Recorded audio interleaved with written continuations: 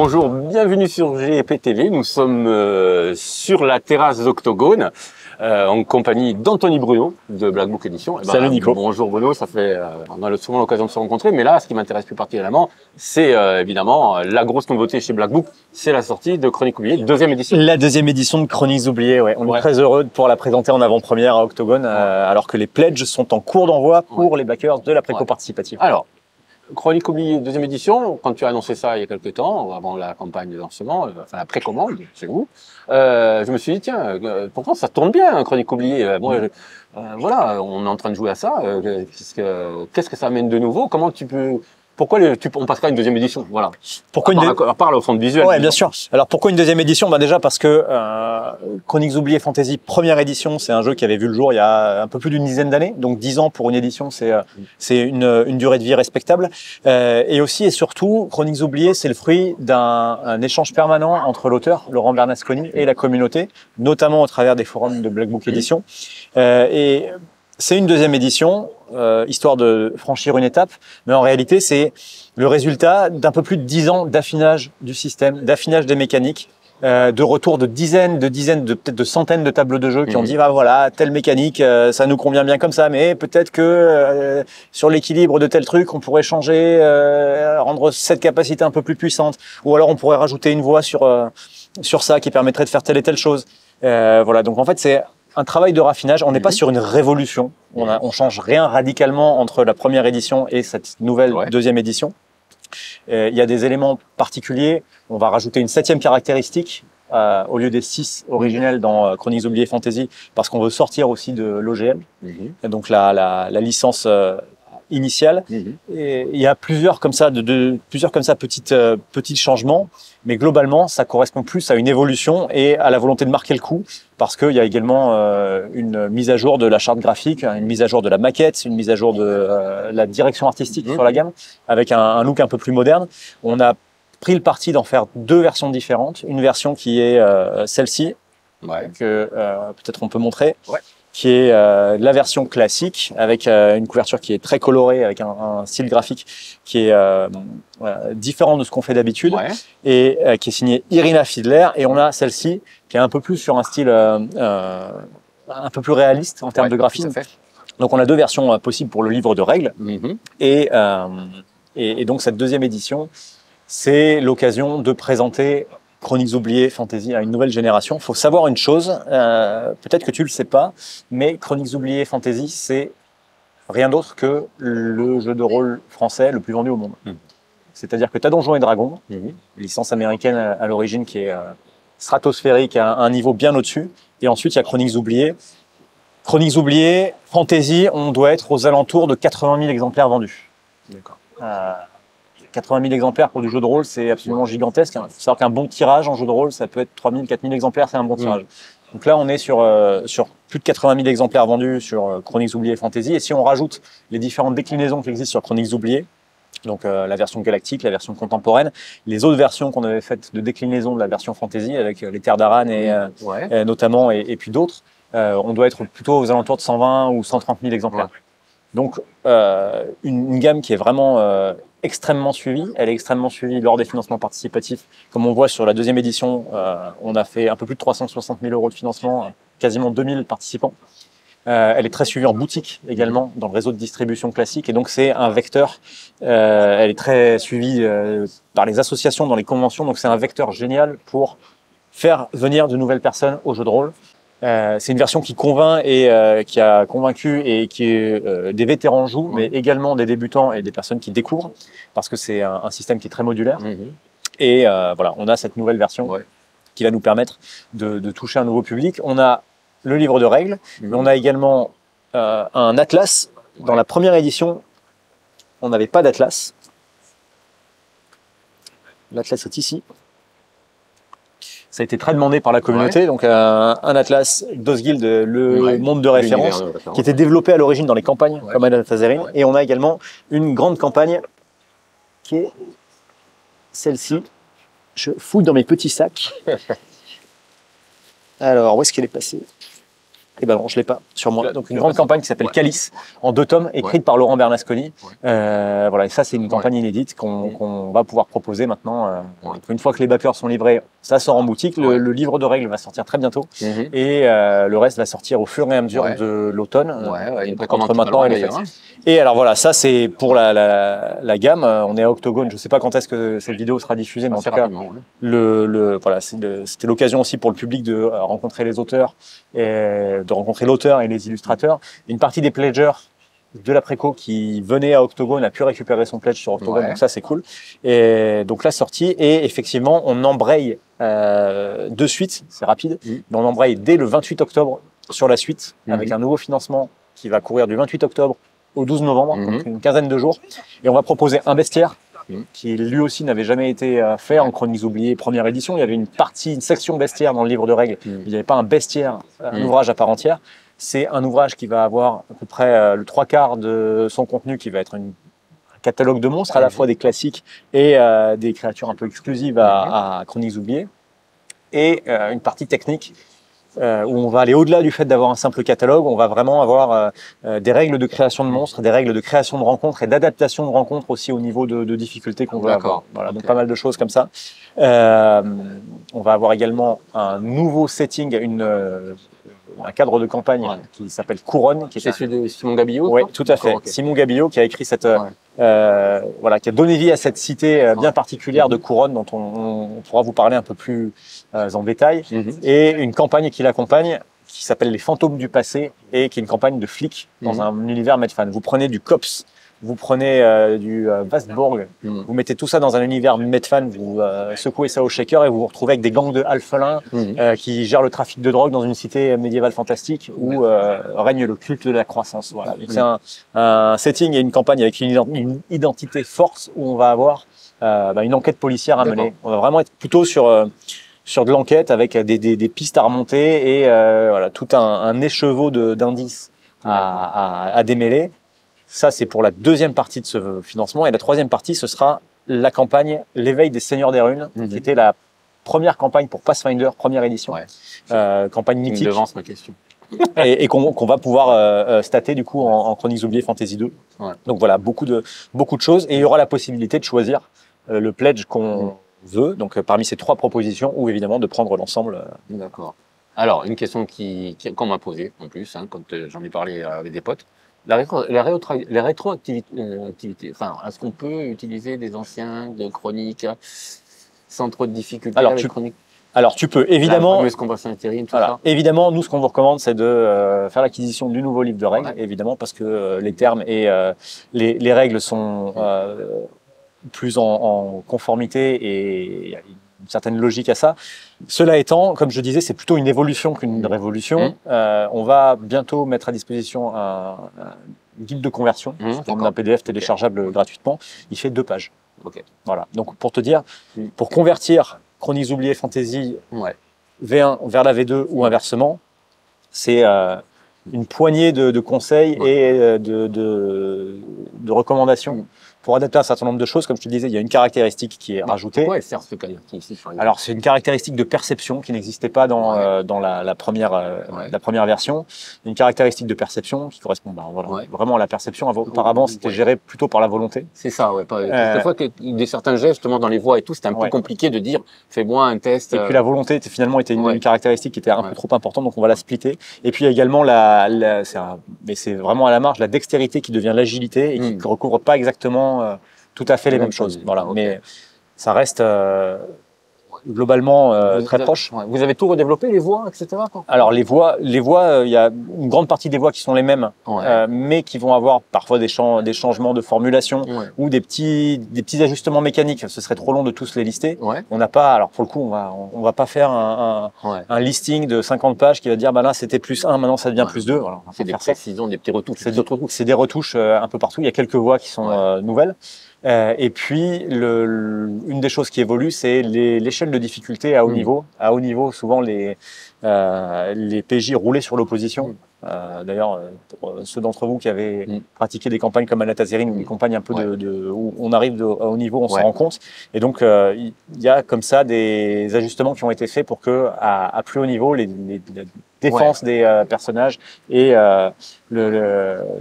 tous les aspects de rencontre soient un peu moins facile pour les joueurs. C'est vrai que le côté épique était un peu simple quand même. Voilà. Donc on a ce rééquilibrage là, mais encore une fois, donc oui, c'est possible d'utiliser ce qui a déjà été fait. Alors c'est possible d'utiliser ce qui a déjà été fait avec la règle de la V2, et ce sera possible d'utiliser la V1 pour utiliser les règles de la V2. Mais encore une fois, est-ce que voilà, on est sur un livre à couverture souple, il est à 30 €, 29,90 €. Ça vaut le coup d'être, ça vaut le coup de passer le pas, surtout qu'on ne change pas radicalement de style. Voilà. Donc là, pour l'instant, en retail, il va arriver. Ça va arriver quand? Parce que là, c'est les backers, tu me parles. Alors là, les backers sont en cours de livraison et dans le réseau de distribution, on aura lundi la date. Donc juste après Octogone, on aura la date précise de sortie du livre de règles. On va commencer par sortir juste le livre de règles dans ses différentes versions. Donc version couverture souple, version couverture rigide, version couverture alternative. Ça sort dans probablement tout début novembre. Et il y aura également le set 2D. Et puis ensuite, un peu plus tard, parce qu'on veut quand même donner aux backers de la préco la primauté de recevoir tout le contenu, on va avoir l'Atlas, puis un peu plus tard la campagne, puis un peu plus tard les différents accessoires, et l'écran également. Et tout ça, ça va s'étaler en gros entre maintenant, enfin entre le début du mois de novembre et puis la période des fêtes, Noël et peut-être le début de 2025. Une précision, on a fait le calcul pour les backers de la préco participative, pour ceux qui hésitent peut-être à participer au préco participatif parce que on se dit pourquoi est-ce que je vais pledger maintenant et recevoir des bouquins dans un an. Sur le premier financement, on avait des pledges à 79,80 €, donc avec 2 bouquins et quelques autres petites choses. Et donc pour un pledge à 80 €, on a fait le calcul, vous recevez 200 € de cadeaux. Donc vous pledgez 80 et vous avez les 80 que vous recevez. Et puis à l'équivalent de 200 € de cadeaux en plus. Donc c'est quand même, ça vaut quand même le coup. Et donc sur la prochaine précommande participative, on aura aussi des offres très intéressantes, notamment des prix de lancement qui font que ça vaut le coup.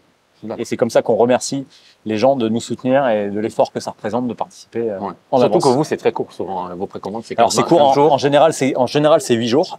Sur celle-ci, 15 jours. Sur Chroniques oubliées Fantasy, c'est 15 jours. C'est 2 semaines. Ce qui est court quand même.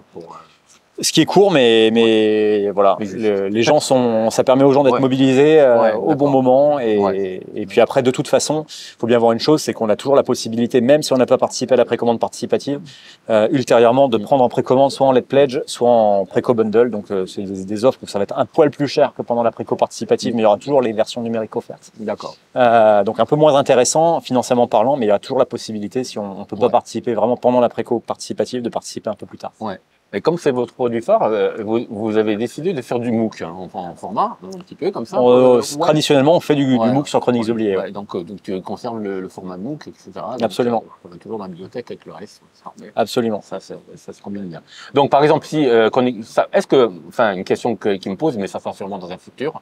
Est-ce que le reste va suivre? Est-ce que par exemple Chroniques oubliées Galactique va suivre? Est-ce que Chroniques oubliées Cthulhu va suivre? Alors Chroniques oubliées Galactique, c'est une gamme qui est récente. Aujourd'hui, là, notre objectif, c'était simplement de lancer la deuxième version de Chroniques oubliées Fantasy, qui avait un peu plus d'une dizaine d'années. Donc on n'a pas de projet à ce stade de passer notre autre gamme en deuxième édition. C'est beaucoup trop. Donc vous pouvez acheter Chroniques oubliées Galactique. Vous pouvez y aller. C'est pas demain la veille qu'on va vous faire une nouvelle édition sur Galactique. Voilà. Cela dit, on a des projets sur les autres déclinaisons de Chroniques oubliées. On a Cthulhu Origin qui a un projet qui revient de loin parce qu'on avait perdu les auteurs qu'on salue sur cette gamme. Alors perdu, en tout cas, ils avaient dû se mettre en retrait du projet pour des raisons personnelles. Donc c'est un projet qui revient de loin, qui est désormais terminé en édition et en maquette. On est en train de faire les derniers fignolages et ensuite ça part à l'impression. Ça arrivera fin 2024 si on y arrive, ou peut-être début 2025 pour Cthulhu Origin. Et puis on a d'autres choses à venir pour Chroniques oubliées, mais ça va nous occuper un moment parce que c'est une de nos gammes phares, tu vois. Bien sûr. On n'est vraiment pas des businessmen parce que moi, quand je suis arrivé chez Black Book Edition, c'était le 6 septembre 2018. le jour où on lançait la précommande participative pour Vengeance, qui était la boîte d'extension qui faisait la suite à la fameuse boîte bleue. Et depuis, on n'a rien sorti pour Chroniques oubliées Fantasy, à part la deuxième édition. Alors que c'est notre gamme phare, mais le pari qu'on avait fait à l'époque, c'était de le décliner en différentes gammes. Si on avait vraiment été business, on se serait dit, ben voilà, on met tout sur COF. C'est pas ce qu'on a fait à l'époque. On a entamé les choses de manière un peu différente, et puis maintenant, on va se concentrer un peu plus sur Chroniques oubliées Fantasy avec un programme ambitieux. Oui, parce que c'est vrai que pour le grand public, même si Chroniques oubliées, ça date quand même, quand les gens parlent de Black Book Edition, ils pensent de suite à Chroniques Fantasy. Hein. Bien sûr. Et puis la boîte d'initiation qui était un des vecteurs par lesquels on a attiré un nouveau public au jeu de rôle, et ça, c'est un de nos objectifs, évidemment. Après, il y avait aussi un support aussi très marqué avec Cassius Belli aussi. Ça faisait vraiment le parallèle et tout. D'ailleurs, on l'arrête Cassius Belli, c'est dommage. Mais bon, Oui, ça correspond à une époque aussi. C'est-à-dire que ce qu'on remarque, c'est qu'à une époque, le retour de Cassius Belli, quand il est revenu sous sa 4e forme, a accompagné le retour du jeu de rôle et était aussi un outil de notoriété. Et c'est vrai que la gamme Chroniques oubliées, au départ, a été un peu... comment dire, porté, développé au sein, à éclos au sein de l'écosystème Casus Belli. Maintenant, elle vole parfaitement de ses propres ailes, et en termes de notoriété, Chroniques oubliées Fantasy est probablement même une notoriété encore plus importante que Casus Belli, en tout cas auprès d'un public plus vaste, peut-être pas auprès des grands anciens ou des premiers rôlistes ou des très fidèles, mais en tout cas au sens large, on y est.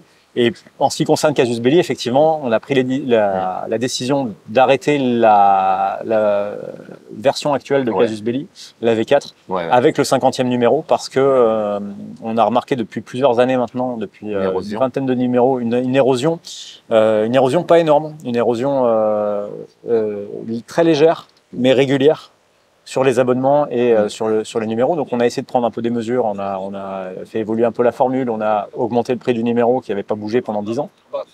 Mais on a remarqué que la tendance était là, qu'on n'arrivait pas à l'inverser. Donc c'est pas du tout un effondrement, c'est une érosion lente, mais marquée et tenace, qui fait que même après avoir essayé de changer un certain nombre de choses, on se dit non, ben, en réalité, la pente reste la même.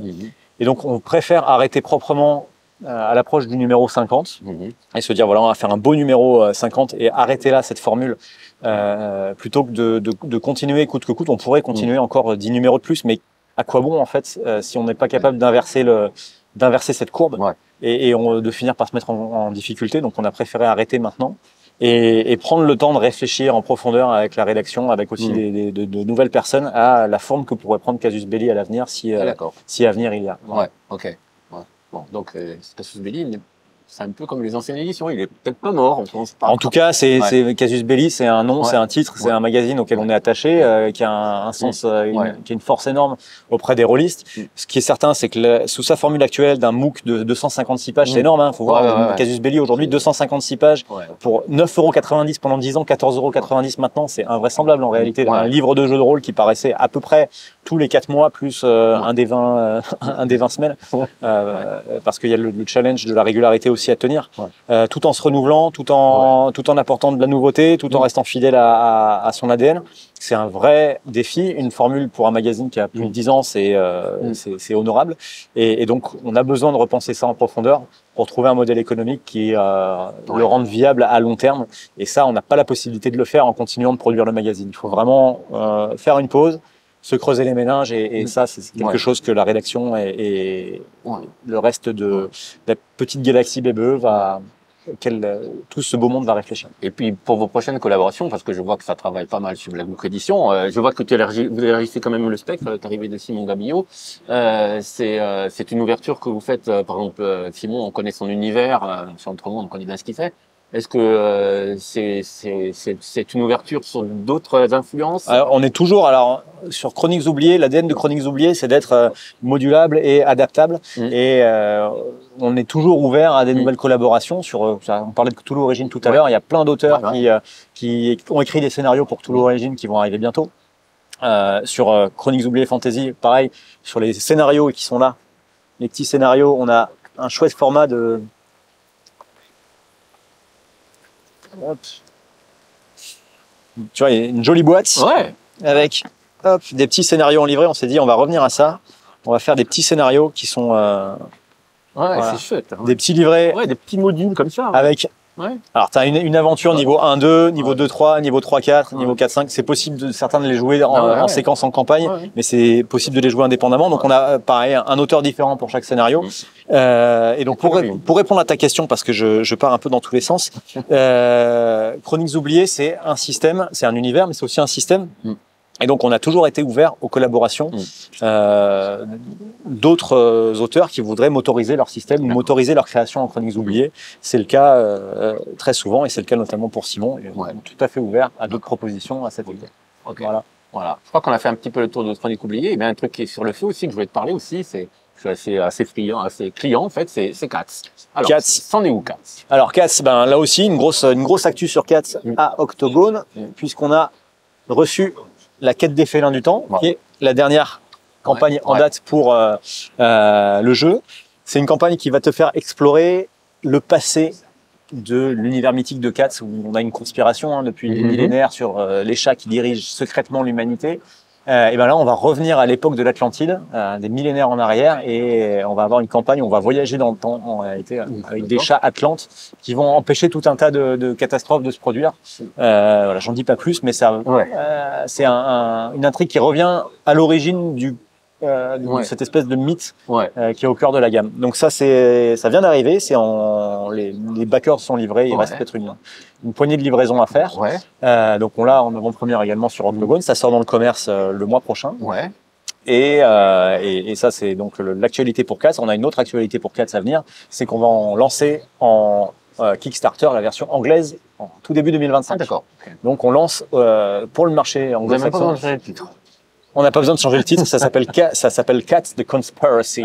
D'accord. Et d'ailleurs, j'en ai pas parlé jusqu'à présent, mais la chaîne Roll and Play avec laquelle on est partenaire a produit et est en train de diffuser un actual play de Cats en anglais. D'accord. Avec 4 épisodes, donc les 3 premiers ont déjà été diffusés. Et voilà, l'idée c'est aussi que ça nous permette d'appuyer le lancement de la gamme en anglais. Donc ce sera en financement début 2025 pour le marché anglo-saxon. Et pour ce qui est du reste de l'actualité, les campagnes de financement en vue pour l'instant, tu as des choses à dire ou pas? Alors, comme je t'ai dit, on a déjà notre grosse priorité, c'est la suite avec du 28 octobre au 12 novembre pour la suite de Chroniques oubliées Fantasy deuxième édition. On aura notre financement à la fin du mois de novembre. On va avoir quelques petites nouvelles à annoncer. Et pour l'instant, on va pas beaucoup plus loin dans le planning. On a une autre date qui est calée, qui est début janvier, Torg Eternity, Tarkhold, gamme qui est suivie par peu de monde. On a un peu plus de 300, dont toi, mais fidèlement. Donc c'est une gamme. Tu vois, on nous dit Black Book, vous concentrez parfois que sur les best-sellers. Bah non. Torg, c'est une gamme que concrètement on fait avec je sais pas combien, 20, 30 produits, peut-être 30. Quand Cyber Papoté, là, qui est en cours de livrer, en cours de finalisation, va arriver, on sera au-delà de 30 produits. Je pense qu'il n'y a pas beaucoup de gammes VF qui ont autant de produits. On l'a fait pour 300 personnes. 300 personnes. Mais ce sont 300 personnes qui sont hyper fidèles et qui, année après année, reviennent et pledgent. Et alors, on leur demande un effort conséquent, parce que pour pledger tout ça, c'est assez cher. Mais il y a beaucoup de choses dedans. Et donc ils sont là, ils sont fidèles au poste. On les remercie parce qu'on sait que c'est pas évident. Et donc on continue. Et tant qu'ils répondront présent, nous on répondra présent pour continuer cette gamme. Ça s'est particulièrement bien passé la dernière fois et on continue avec le Cosme de Tarkhold début janvier, puisque c'est un univers. On est dans une côté de la Russie qui a été envahie par des technodémons où le régime a fait exploser une bombe nucléaire sur Moscou. C'est dévasté. C'est du post-apo avec des démons. Un peu à la Doom. Et à côté de ça, chaque année aussi, on a des nouvelles personnes qui participent et qui découvrent Torg. Donc ils sont pas très nombreux, une dizaine de personnes chaque année qui rentrent dans la galaxie de Torg. Donc tout ça, ce sera début janvier. En fait, vous orientez vraiment sur la distribution que pour les backers qui ont pledgé, ou il y aurait quand même la possibilité pour quelqu'un, par exemple, qui veut redémarrer Torg à partir de l'année prochaine ou recommencer, ils découvrent maintenant, tu vois. Toi, ils voudraient les précédents. Est-ce qu'il y aura de la boutique ou pas? Tu as toujours la possibilité de le faire. Ce n'est pas une gamme qui est distribuée dans le réseau de distribution classique parce que elle n'a pas trouvé son public par ce canal-là. Par contre, tous les ouvrages, à part un qui est en rupture, sont disponibles sur notre boutique en ligne, sur le site de Black Book Édition. Et puis, on va dire que donc c'est toujours disponible, 24 heures sur 24. Et par contre, on va dire que les financements participatifs, la précommande participative qui a lieu chaque année, permet de mettre un coup de projecteur à un moment donné sur la gamme et d'intéresser les gens spécifiquement à cette gamme à ce moment-là. Et pour la suite, comme je te disais, on va avoir 4 en version anglaise et on a d'autres choses à venir début 2025, mais on n'est pas encore en mesure d'annoncer tout ça. Bon, on en reparlera. On en reparlera. Voilà. Bah écoute, je te remercie. Mais c'est moi. Pour nous avoir accordé quelques instants. Bon voilà, Chronique oubliée, seconde édition. Hein, c'est bon, les backers sont servis, les autres ça va arriver. Donc c'est en cours. C'est tout chaud. Voilà.